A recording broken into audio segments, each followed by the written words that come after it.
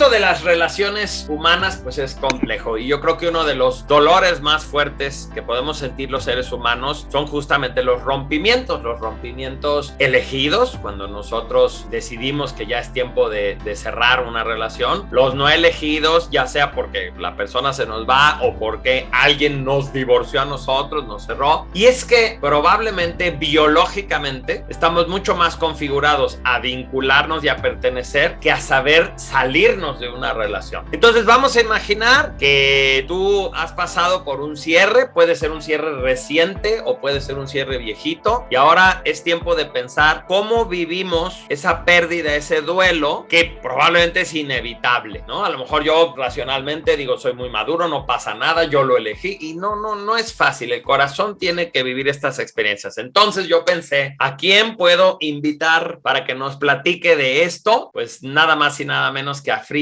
Ojeda. Hola Frida, ¿cómo estás? ¿Cómo te encontramos el día de hoy? Muy contenta de poder estar compartiendo este espacio contigo, muy agradecida por la invitación, pues esperando poder dar algo que sea de valor, siempre respetando el proceso de cada una de las personas que nos está escuchando, ¿no? Y con toda honestidad, simplemente compartiendo desde mi experiencia, sin pretender ser portadora de ninguna verdad, aquello que a mí me ha servido y he descubierto en el camino de mi vida. El tema requería de una tanatóloga, por eso pensé en ti, que además, para no hacer grande el asunto ni nada, tú y Pelón San, que es tu pareja, vivieron hace ya varios años la pérdida de una hija, entonces no nada más estudiaste tanatología y puedes comprender los pasos, no paso uno, paso dos, paso tres, sino obviamente son un ejemplo de una pareja que vivieron una pérdida. No sé si haya un dolor humano más fuerte, ¿no? Porque evidentemente no es lo mismo perder un papá que va por arriba de ti a perder un hijo, y usted no solo lo vivieron, lo trascendieron y hoy en día dan cursos que tienen que ver con esto de las pérdidas, comparten su experiencia, y me encanta que empezaras por eso, ¿no? Entendiendo siempre que cada persona lo va a vivir a su manera y se tiene que respetar su proceso.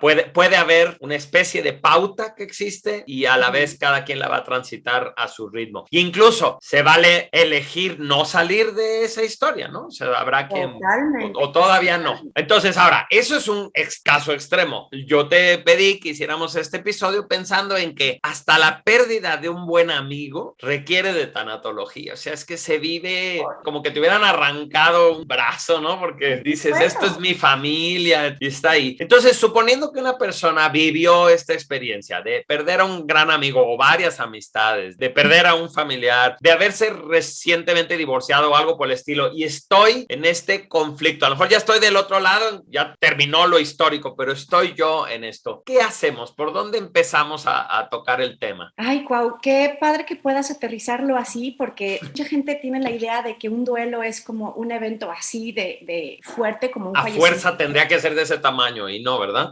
No, algo que yo siempre comparto es que los seres humanos, desde el momento uno en el que llegamos a este planeta e inhalamos oxígeno y llegamos a la vida, estamos viviendo procesos de duelo. Un duelo es sinónimo de adaptación y constantemente estamos como seres humanos adaptándonos a nuevas circunstancias, nuevas realidades, y duelen esas realidades cuando nuestra mente no las puede aceptar de entrada, ¿no? Eso es un proceso de duelo. Entonces sí, cuando viene el quiebre de una relación amorosa, de una amistad profunda, se vive un duelo fuerte, que es distinto al duelo de cuando viene un quiebre económico o la falta de mis circunstancias físicas para poderme mover con mi cuerpo a raíz de algún accidente, alguna enfermedad, ¿no? Y obviamente pues está el tema del duelo por un fallecimiento que trae una carga de apego muy profundo al ser amado que dejó su cuerpo, pero definitivamente pues es catalogable de forma distinta. Sin embargo, sí, espérame, y me haces pensar que además entonces cada una de estas pérdidas es característica, o sea, tampoco son iguales, tienen sus diferencias. Por ejemplo, yo te decía tras bambalinas que dos de los dolores más fuertes de mi vida han sido dos amigos en particular que un día ya no me hablaron y hasta la fecha sigo sin saber qué pasó. ¿Por qué digo que es característico? Porque en el caso de la pérdida de una amistad, y más cuando no lo elegiste tú, como que existe la posibilidad de recuperar las cosas. Entonces ahí está este dolor permanente porque a lo mejor un día ya se arregla, a lo mejor un día me busca y por fin me explica, a lo mejor no. En cambio, en la pérdida de la vida de un ser querido, hay un momento donde ya te queda claro así de pues ya no está, y eso hace las pequeñas diferencias de un divorcio, de una amistad, de todo. Sin embargo, el proceso, pérdida, y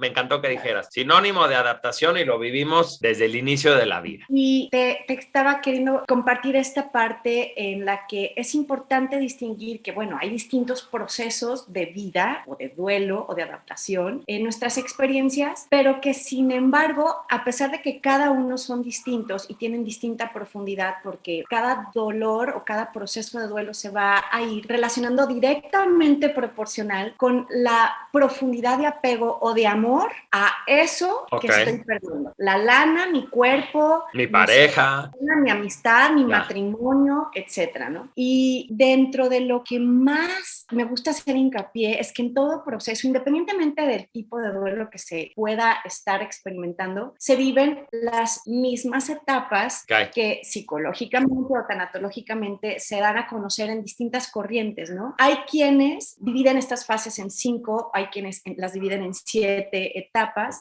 pero en general todos los procesos de duelo pasan por esas etapas. Y algo que es importante, Micuau, es comprender que estas etapas la mente las va a entender como que se van a vivir de manera lineal, como si una precede a la otra, ¿no? En un orden ahí, 1, 2, 3, 4, pero no, en todo duelo, estas fases se viven a destiempo y en desorden y de forma así como en espiral, no lineal. Como que puedes regresar, o sea, un poco tú sientes, ya saqué el enojo y no puede al ratito volver a aparecer. Ok, ya te entendí. En el mismo día puedo yo estar pasando del enojo a la profunda depresión, a la negación, y esto genera mucha confusión en las personas que de repente leen y dicen, ay, es que yo ya pasé de la negación a la ira y entonces ya sigue la depresión. Y cuando de pronto vuelves a estar en un punto en el que no puede ser que mi amigo no me haya vuelto a hablar, que me bloquee de las redes sociales, vuelves a estar en negación, es como, y hay un rollo ahí mental muy fuerte en el que dices, es que voy en retroceso, es que ya estoy peor que al principio, ya me estoy volviendo loco, y eso genera más crisis de depresión. Pero lo importante es entender que el proceso de duelo se experimenta así, en desorden, con todas sus emociones a destiempo y en completo, pues desfase, ¿no? Es como una espiral. Vas pasando como por curvas en las que de repente habrá días o momentos en los que digas, pues hoy no me siento tan peor, o ya me estoy empezando a sentir poquito bien, ya puedo brindar, ya puedo bailar un ratito. Ya me enfoqué en otra cosa. Un rato estuve pensando en un tema de trabajo, ¿no? Y a la media hora está, ¡buah! No puedo más. Y es completamente natural. A veces en estas etapas, en estos procesos, pues uno siente que te estás volviendo loco, ¿no? Que se está ya desquiciando. Pero la realidad es que así se vive el proceso y la forma más natural de sanarlo, de hecho, la única forma de sanar un proceso de duelo es caminándolo, atravesándolo, doliendo. ¿Qué significa esto? Pues permitiendo que todas las emociones propias de cada etapa pasen por encima de mí y nada más. Y la forma en la que puedo permitir que pasen es expresándolas, reconociéndolas, no ignorando, no evadiendo, porque ahí no hay sanación. Y de lo que me compartías en el tema de cómo ir aterrizando los cierres para poder avanzar en la vida, de verdad esto es importantísimo. Híjole, es que a lo largo de toda la historia en la humanidad, en todas las culturas, religiones, en donde me lo pongan, los seres humanos siempre hemos sido sumamente ritualistas. Y esto se debe a que a través de cualquier ritual traemos los seres humanos la sabiduría inconsciente o consciente tal vez de aterrizar del mundo de lo abstracto a lo concreto aquellas situaciones que nos permiten darle como una razón a la mente. Es decir, si yo terminé una relación de matrimonio o de noviazgo, ¿no? Vivía con mi novio y estoy en mi depa, me termina el novio y estoy en la peor depresión y estoy viviendo todo mi duelo y de repente no tengo ganas de comer o quiero comer todo el día chocolate, quiero ver mucha gente o no quiero ver a nadie. Todo eso es parte natural, estoy viviendo el proceso, ¿no? Y no se me ocurre que para mí es sano hacer, yo le llamo actos de poder o como tú bien lo sabes con Jodorowsky, hay actos de psicomagia. Es un acto simbólico, es un acto simbólico para la mente, ¿no? Que más allá de lo que se haga, que eso no es tan relevante, la intención con la que haces las cosas es la que cuenta. Entonces, tal vez una forma de hacer un cierre muy importante en ese noviazgo que terminó es sacar las fotos de mi novio, de mi depa, sus cosas, con la intención de ir reconociendo que pues formó parte de mi historia, me dejó cosas muy chidas o tal vez no tan bonitas, pero siempre podré agradecer el aprendizaje de lo que esa relación me dejó, ¿no? Y entonces, como traer a la materia, en el caso de los matrimonios, mi Cuau, no sabes cuántas personas, cuántos seres humanos pasan por la situación en la que se separan, llevan años separados, incluso hasta viviendo bajo el mismo techo, ¿no? Hace mucho tiempo que terminó ese matrimonio.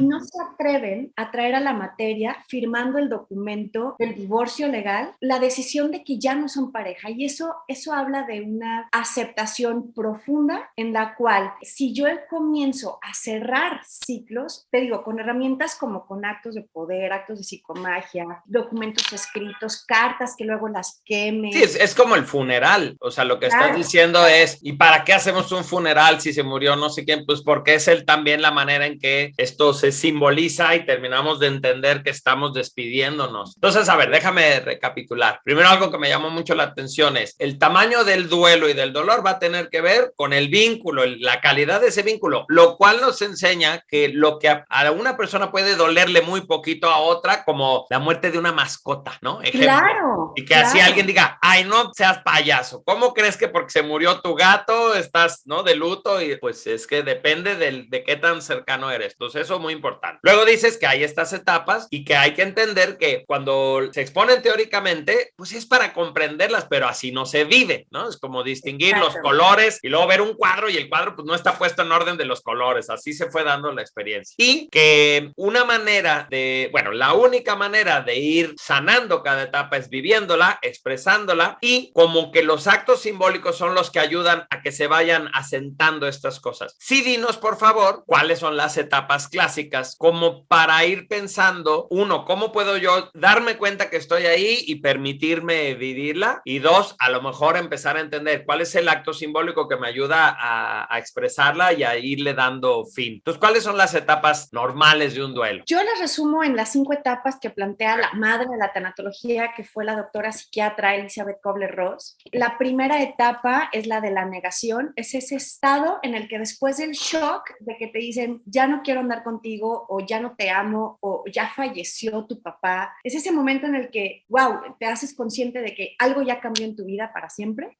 Viene esta parte de la negación en la que no lo quiero ver. No puedes ni ver, ni aceptar, ni hablar del tema, y estás como, a veces hasta los oídos nos zumban, porque nuestros sentidos, el cuerpo físico es, o sea, traemos una maquinaria tan perfecta que actúa, ¿no? Entonces se te nubla la vista, no escuchas, estás en absoluta negación. Esto no puede pasarme, esto no, a mí no, a él no, es así, ¿no? Todo lo niego. Y después de la negación, bueno, voy a hablar. Oye, déjame contarte, a mí eso nunca me ha pasado. Nunca he vivido la negación, jamás en mi vida he experimentado ese proceso. Lo comento como dato cultural, no lo he vivido. Yo ya lo tengo súper superado. Vale, no, yo ya. Talleres de cómo, o sea, no. Claro. Bueno, muy bien. Entonces ahí está el ejemplo de la negación total. Claro. ¿Cuál es la siguiente etapa? Te las platico como siguiente. Sí, ya sabemos que no pasan así. Y además, obviamente entiendo que en el caso de la negación, pues que es hasta que yo acepte la situación, que esa etapa en particular va a empezarse a mover. Y exacto, es meterte a la regadera de agua fría, es meter el dedo en la llaga. Es esto de, ok, así es la situación. ¿No? Y ahorita te voy a hacer una analogía bien padre, que me gusta mucho, pero ahí te va. Viene después de la negación esta etapa de profunda ira o enojo, en donde de la nada estás hipersensible y porque llovió estás enojadísimo, o porque tu esposa te volteó a ver de manera diferente, tú ya sentiste que fue la peor ofensa y le gritas a todo el mundo, o en tu trabajo quieres renunciar y avientas la computadora. Es decir, hay mucho enojo en ti, ¿no? Es como cuando al niño chiquito le quitaron el dulce a sus 2 años y hace un berrinche tremendo. Es el berrinche del ego. Es normal, es natural y es sano vivir el enojo. Viene también después la etapa de la depresión o profunda tristeza, la etapa de la negociación, que es cuando ya comienzas a decir, ok, ya sé que estoy viviendo esto. ¿Qué puedo hacer con la vida para comenzar a reconstruirme? Ahí estoy ya negociando con lo que sí es aceptable o no. Y después de la negociación viene la aceptación. Okay. Hay un sexto paso que yo siempre agrego, que es el de la gratitud, que es cuando ya sanaste el proceso, cuando estás del otro lado del puente y dices, ok,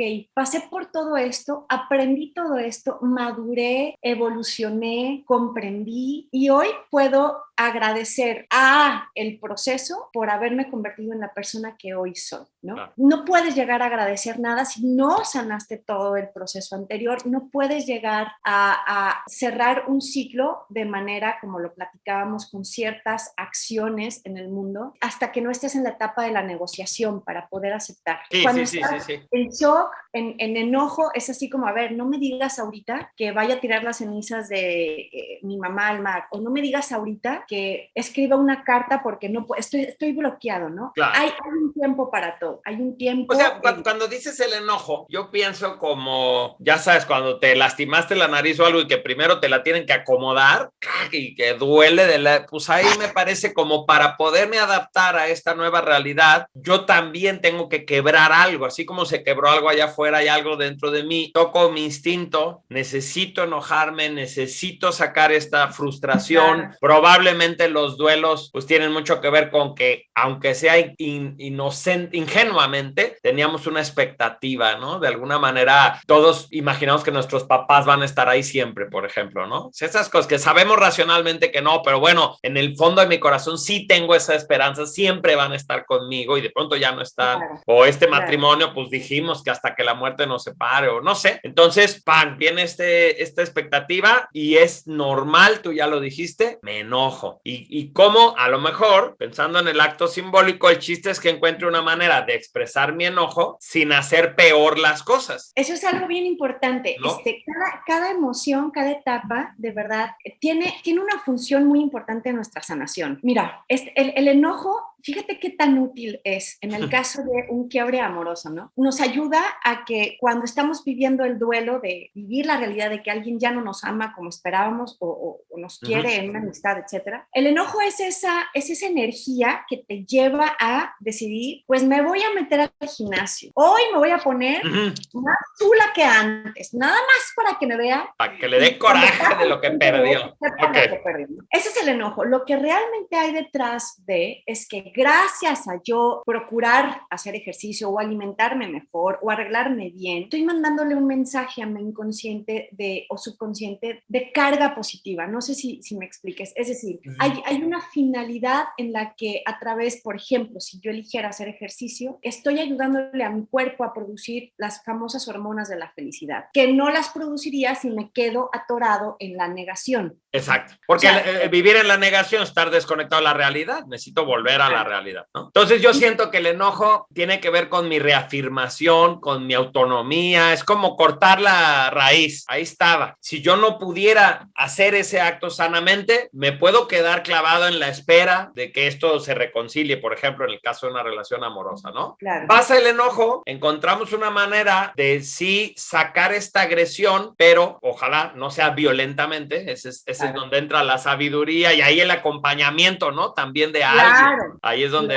híjole, qué maravilla, porque sí lo puedes sacar, pero no es lo mismo romper las fotos de mi expareja a hablarle, inventarle su Mauser o hablarle a sus papás y acusarlo de no sé qué cosa. Ya generó una serie de broncas feas, ¿no? Entonces, ok, por lo menos lo hice simbólicamente y ya. Después del enojo, entonces sigue la depresión o la tristeza. Okay. Y entiendo que estoy haciendo las paces ahí con mi decepción, estoy haciendo las paces con reconocer que soy un ente vulnerable, sensible y que efectivamente pues había como cedido cosas que a lo mejor me tocan a mí, las había puesto en estas cosas y que de pronto me las devuelven y el pasado ya no se puede repetir, hay una puerta que se cerró, entonces reconocer eso me lleva a la tristeza. De nuevo, pues encontrar una manera de expresar esta tristeza sin que yo solito esté cavándole más fuerte al hoyo, ¿no? O sea, ahí es donde creo que estaría la sabiduría. Sí, la sabiduría que siempre siempre, siempre está ahí en nuestro sexto sentido, en esa voz del alma que nos habla a través de la soledad que se presenta como una constante en el proceso de duelo, que esa es la finalidad de sentirnos solos, de querernos hablar, escucharnos a nosotros, ¿no? Y la soledad lleva también una compañera de pareja que se llama culpa. Un proceso de duelo siempre, siempre, independientemente de las etapas de duelo que estés pasando,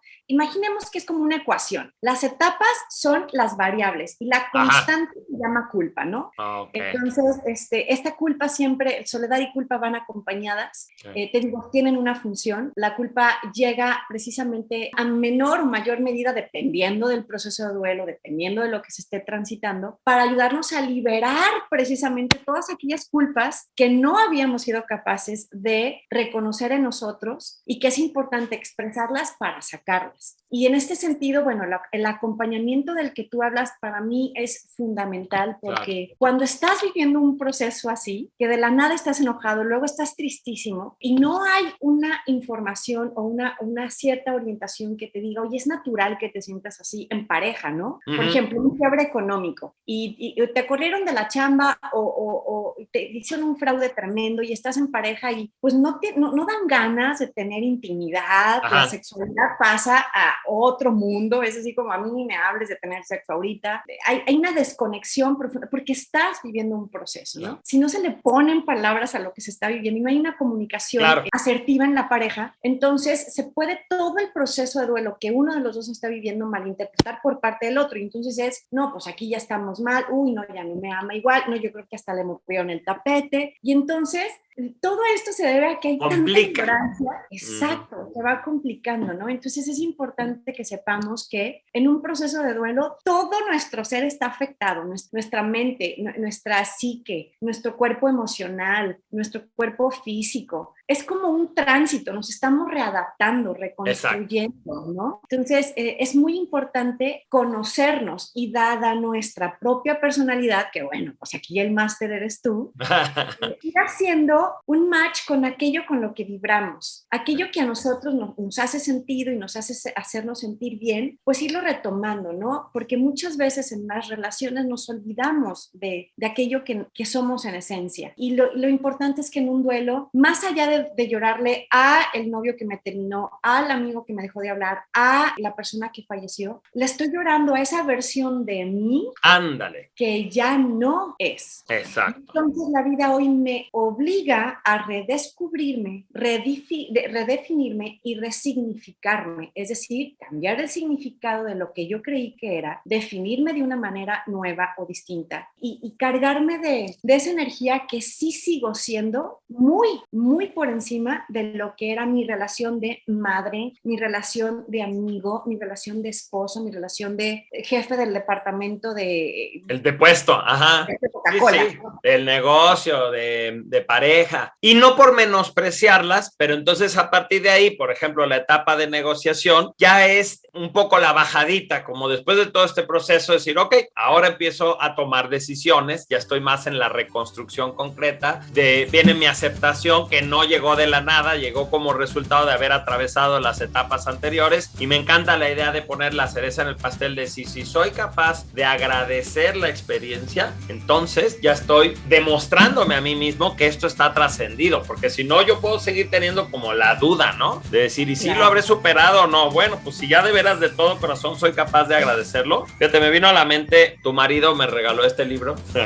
Justo hoy en la mañana veía una frase de ejercicio y la encuentro rápido. Aquí está. Gracias Dios por este regalo. Enséñame la lección, ¿no? Entonces ya es cuando yo puedo decir, mira, yo ya no estoy viviéndolo como la víctima y pobrecitos, sino digo, bien, pues este fue un regalo. Hay algo que tiene que ver con mi destino, con mi aprendizaje, con mi vida, con mi propósito. Enséñame la lección, si es que todavía no la vislumbro, pero ya lo asumo como parte de este proceso de vivir. Frida, muchísimas gracias. Nos fuiste guiando muy bien para entender que no refiere el duelo solamente a temas de pérdidas de seres queridos que fallecieron. Es parte de la vida y lo entiendo para poder transitar de una situación a otra. Entonces te agradecemos mucho la enseñanza el día de hoy. Al contrario, Cuau, gracias por el espacio y espero que alguna idea haga sentido en el proceso de alguien que nos escuche. Estoy seguro que sí. Muchas gracias.